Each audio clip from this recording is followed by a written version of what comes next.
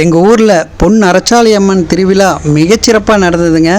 ஏகப்பட்ட கடைகள், கூட்டம் அல்லோ அல்லோன்னு அள்ளிச்சுங்க. ஆனால் எல்லா கடையிலையும் பயங்கர கூட்டமாக இருந்தது. ஜனங்களாக வேணுங்கிறத வாங்கிட்டு போனாங்க. ஆனால் ஒரே ஒரு கடை மட்டும்தாங்க கேப்பறத்து கிடந்தது. இந்த பெரியவர் வச்ச இந்த புத்தக கடை மட்டும்தான் யாருமே வாங்கலை அப்படின்னு ரொம்ப வருத்தப்பட்டார். சரி, நம்மளாவது இந்த கடையில் வாங்குவோம் இந்த பெரியவரோட சந்தோஷத்துக்காக அப்படிங்கிறக்காக தான் இந்த பெரியவர் கடையில் போய் நாங்கள் புத்தகம் வாங்கலான்ட்டு முடிவு பண்ணி புக்கு வாங்கினோங்க. ஒரு 200 ரூபாய்க்கு புக்கு வாங்கினோம்.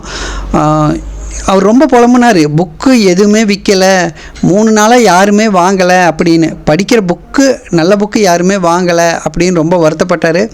கிட்டத்தட்ட ஒரு 200 ரூபாய்க்கு நம்ம அந்த புக்கை வாங்கினோன்னே அவர் ரொம்ப சந்தோஷப்பட்டு சிரித்த முகத்தோட ஒரு வார்த்தை சொன்னாருங்க.